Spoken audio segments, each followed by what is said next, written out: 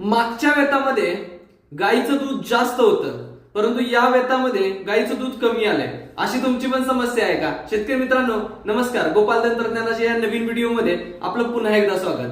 आज आपण या प्रश्नाचं उत्तर जाणून घेणार आहोत की मागच्या वेतामध्ये जास्त दूध होतं, या वेतामध्ये कमी झालंय. त्याचं पहिलं मूळ कारण शेतकरी मित्रांनो समजून घेऊया. पहिलं आहे, जनावराचं वेताना जर इन्फेक्शन राहिलं असेल तर अशा वेळी दूध नक्कीच कमी होणार.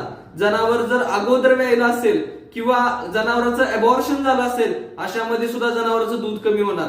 तिसरं, जनावरांच्या पोषणावरती चांगला भर दिला आहे का याच्यावरती सुद्धा ठरणार आहे दुधाचं प्रमाण. आणि शेतकरी मित्रांनो महत्वाचा शेवटचा मुद्दा म्हणजे की आपल्या गाईला आपण 2 महिन्याचा रेस्ट दिली आहे का, दूध आठवलं का गाईचं, यावरती आपल्या गाईचं दुधाचं प्रमाण वाढणार की कमी होणार हे ठरतं. शेतकरी मित्रांनो या वेताला जर ही चूक झाली असेल तर पुढच्या वेताला आपल्याला नक्कीच ही चूक करायची नाही.